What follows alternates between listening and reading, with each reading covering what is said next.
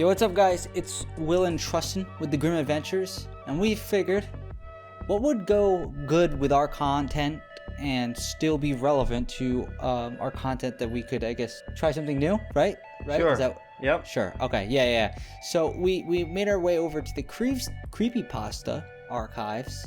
Creepsters. The Creepsters, sure. And there's this little button right here called Random Story.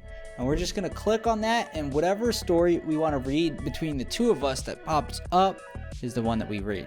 You ready to All click right, it? Yeah, I clicked it. All right, so this one was written in December 24th, 2009, called Hazards and Buying a Used Car. So I got Shadow Man, and it was published in 2013. I don't know about you, but I want that car, bro. You want that car? I want the hazards of buying a used car. This is mine. I'm reading this. No, you're not. A 1998 powder blue Ford Taurus isn't anyone's choice for a vehicle, but it was what I ended up choosing at the lot. It wasn't a bad car, not too many miles, recently replaced tires, and it was cheap. My only real complaint is that the previous owner had seriously gone overboard with the air fresheners. The whole interior reeked of vanilla and pine. The dealer, real nice guy, said he was cutting me a deal, told me that they were having trouble moving this one off the lot, explained that no one seemed to be interested. I guess I'm less picky than average because the car looked fine to me. So a check and a handshake later, I was driving home. That's when the strangeness started. There's a body in the back. Yeah, no one fucking creepypastas. I mean, it's a 13-year-old that wrote this, probably. I guess. I mean, I don't know, bro. I mean, maybe. And listen, what are the chances you think that, like, Fat Albert's hiding in the trunk, just smathering pig grease over him, and they're just trying to cover that up? They're like, you took my father. I really want to put him in a home and pay for that shit. Off my hands now. I hadn't noticed it during the complimentary test drive I had been given, but there was a lump in the padding of the seat, right in the small of my back. It wasn't enough to make driving uncomfortable, so I assumed the foam was coming loose under the fabric and let it go. The car was a decade old after all. For about 2 weeks I drove the car like that to and from work, picking up groceries and stuff like that. The lump was pushed to the back of my mind, and I had pretty much gotten used to it, then it moved. Yeah, where the fuck did my lumbar support go? At first, I thought I was imagining things. Foam padding doesn't squirm around, obviously, and it had just... Wait, that's not... You don't, like, investigate squirming seats? Yeah, what type of fucking bullshit? I would be so in Sherlock Holmes so quick the minute I thought that moved. Yeah, I'd throat punch my chair. You ever seen that episode of Impractical Jokers where the guy he dresses up as a chair, a massage chair in the mall? Yeah. And yeah, that's what this is, bro. You about to get the fucking back rubs of a century. This dude about to bring you out and loosen the shit out of you, man. You're gonna feel like $100 coming out of your Ford Pinto. Or chiropractor who? And it had just been the slightest feeling on my back that set me off, but no. As I kept driving, it became clear that the seat had shifted. It definitely felt different against my spine.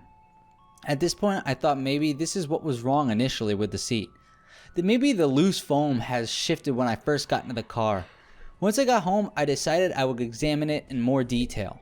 Okay, but just could pretend like, oh look, my shoes came untied. I better not stop while I'm driving. Not, my seat is strangely moving. Maybe I should pull over and check that out. This motherfucker is treating this shit like he dropped like a quarter down by his driver's side. You know what I'm saying, dude? Yeah. He's like, yeah, I'll get that later. That's not worth it. I'm not pulling over for this. It's like, dude, your seat is moving. By the time I got into my driveway, the lump was downright irritating. So I hopped out of my seat and began to probe the fabric with my finger. Whatever was in there, I quickly noticed it wasn't foam padding. The consistency was thicker than foam, almost gelatinous. Yeah, and there was a hard piece inside. It would have been right at that second. First off, I wouldn't be in this predicament myself. But first off, also just a small little pick.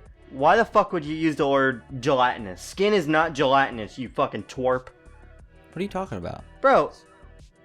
You ever touch somebody like Jello? Yeah, but where are you getting skin, bro? There's obviously a fucking person stuffed in the chair. No, you're making assumptions now. I thought we Yeah, were... there's obviously a fucking person stuck in the chair. Listen, I'm thinking I think it's like a flubber. You know Flubber from that movie with Robert Williams? Williams. Yeah. Yeah. That had sex with a raccoon, made a baby. Motherfucker just stuffed that shit in the seat. Was like, yeah, this is ugly as fuck. This is not what I was hoping. I was hoping for some like superhero pet. Stuffed that shit in the seat and was like, here you go, man. Here's your flubber raccoon. And there was a hard pieces inside of it, and it almost felt like stone. It's not a dead body, bro. There's a hard piece in it. Feels like stone. Then what could that be? What do you think it is?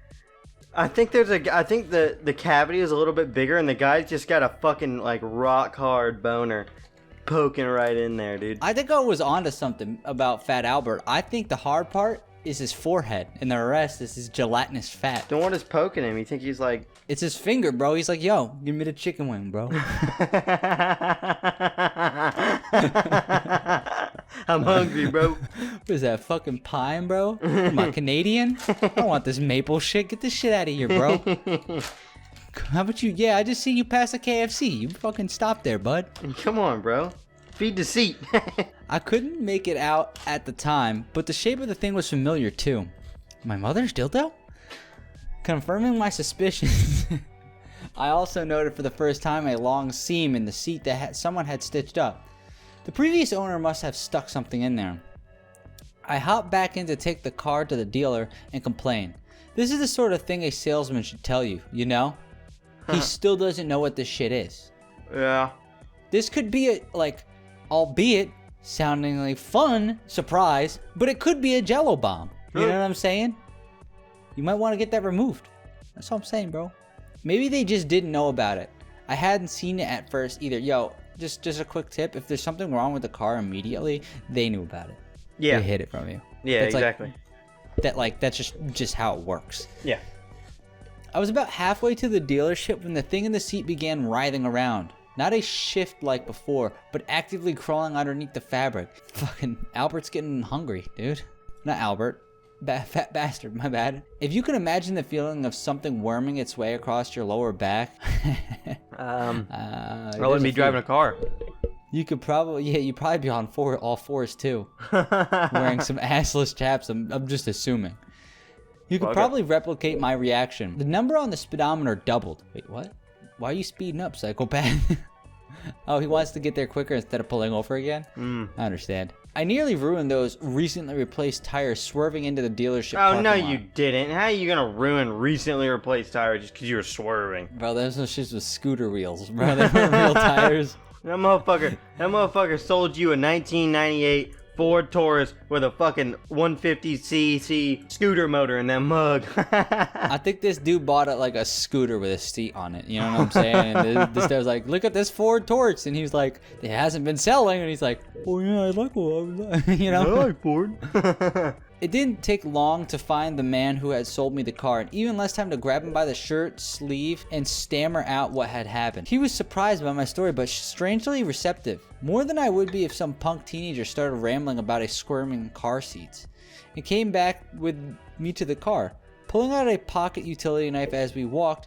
As we cut the fabric of the seat open, the stench that spewed out almost literally knocked us back out of the car. But what we smelled didn't make either of our stomachs turn nearly as bad as what we saw. Inside, under the fabric, we found a half-rotten human hand. How you get a hand in there? How did it move? Yeah, that's a good question. How did it move? Creepypasta. Does it need to make sense? Well, no, I think what they're alluding to is they had cut a little bit and they had seen the hand. You know what I mean? So there's probably like a whole human body in. It's a zombie, bro. Clearly, because it moved. Let's move on to another, because I don't think we got enough recording of that. Alright, this is called Ben. A true story. I was with two of my friends, Ben and Nick, on holidays when it happened. We were in an isolated part of Greece, somewhere that doesn't show up on Google Maps for some reason, traveling down a long stretch of road in our hire car in search for the next major city to party in.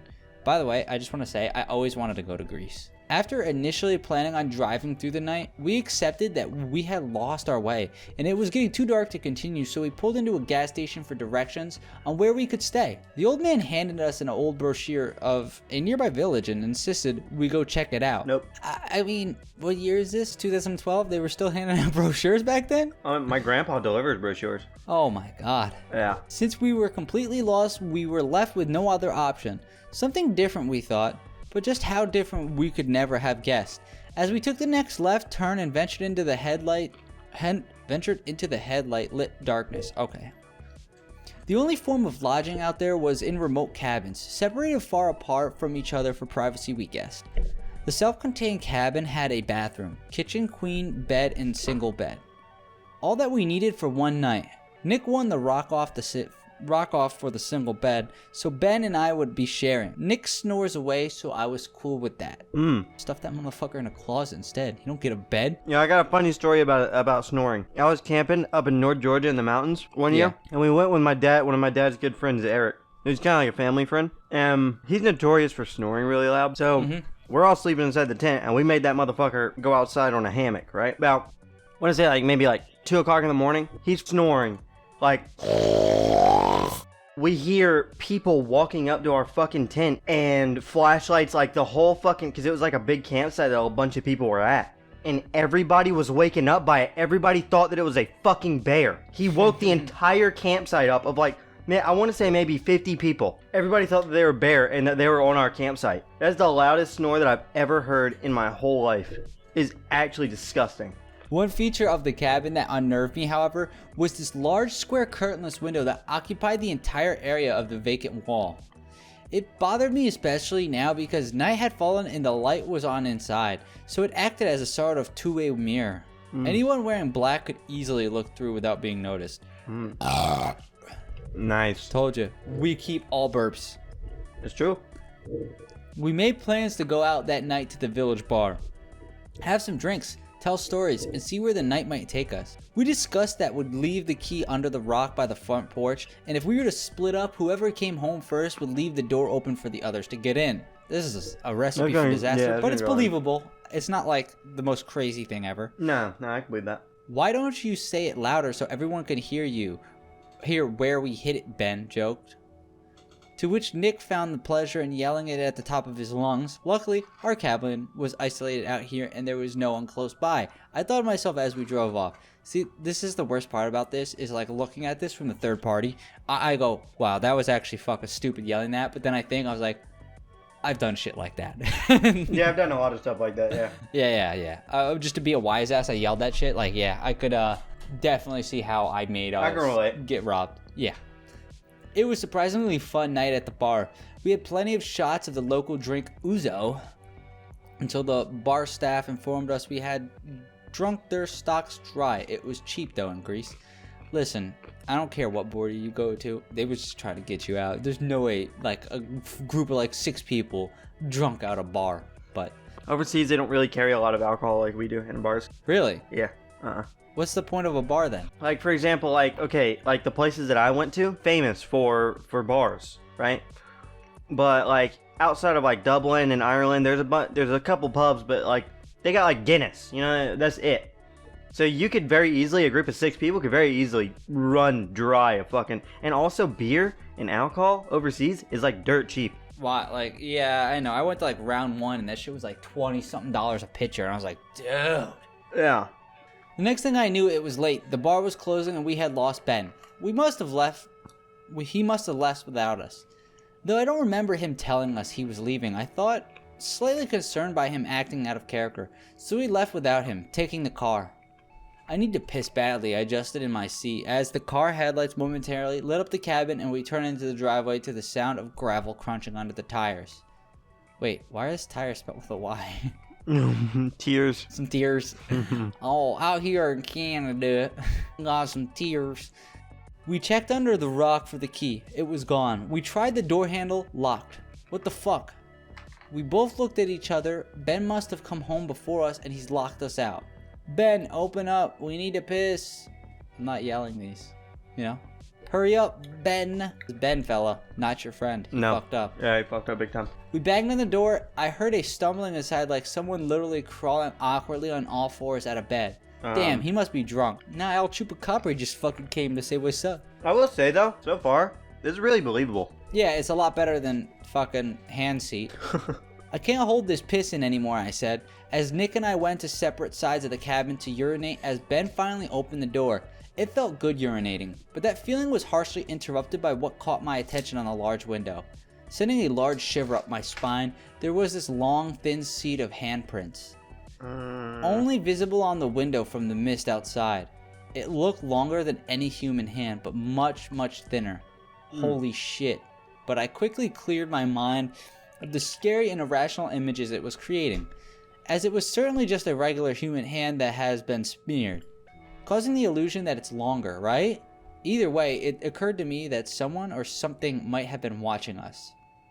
I hurriedly finished my business and rushed inside. We are not turning the light on, I thought, to prevent anything from looking in at us, as I locked the front door and we went straight to bed. Bro, but like one thing that you're forgetting is about your friend Ben. Yeah, bro. Did he actually open up the door? Honestly, he's probably giving this El Chupacabra monster the shits right now. Oh yeah, no, I think he did. I think he did end up opening the door. Oh, yeah, you're right. My brain fried. Yeah. It's hard for my brain to work properly 24/7. Yeah, you gotta take it a break. Give it a water break, bro. Nick fell asleep instantly, snoring before his head had even hit the pillow. And after a few minutes of tolerating Nick's inconsistent snore, my drooping eyes fell weary, so I closed them. As soon as they shut, I couldn't help but get the burning feeling that Ben's eyes had opened suddenly and were staring straight at me menacingly. That's weird. That is a really relatable feeling, though. My body rose in temperature and my heart beat quicker as I sensed this, as if Ben was holding his breath. Vision fixated on me angrily through the darkness. Sorry if we hadn't gone home with him. Jeez, why would he be so angry? After a few minutes of calming myself from this irrational fear, I drifted off to sleep. Knock, knock, knock, knock. Open up. You said you wouldn't lock it. Thud, thud, thud. It grew louder. Open the door. It's fucking cold out here.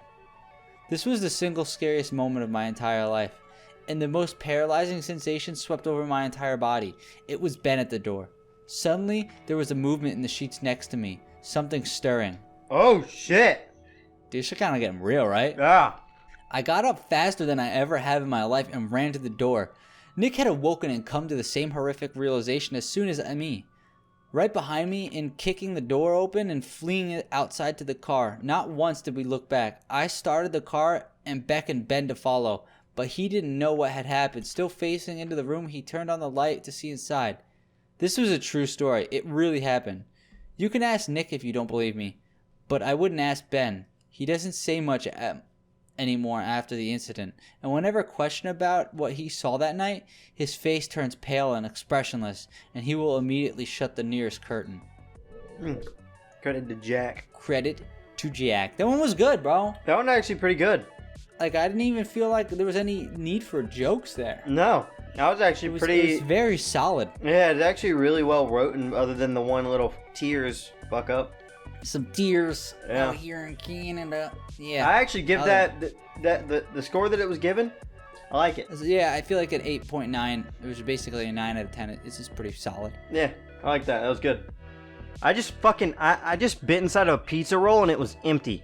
Oh, I've had that. That's the most disappointing thing ever, bro. It's like, honestly, it's like a Pop-Tart with none of the jam in the inside. Dude, that would be, that's like, and I've never had that happen, but if that happened to me, I would be so with sad. a Pop-Tart, I would be crying, bro. I would be so sad. That's the good shit, bro. Because everybody cuts that or pops that motherfucker in half and then eats the middle straight up.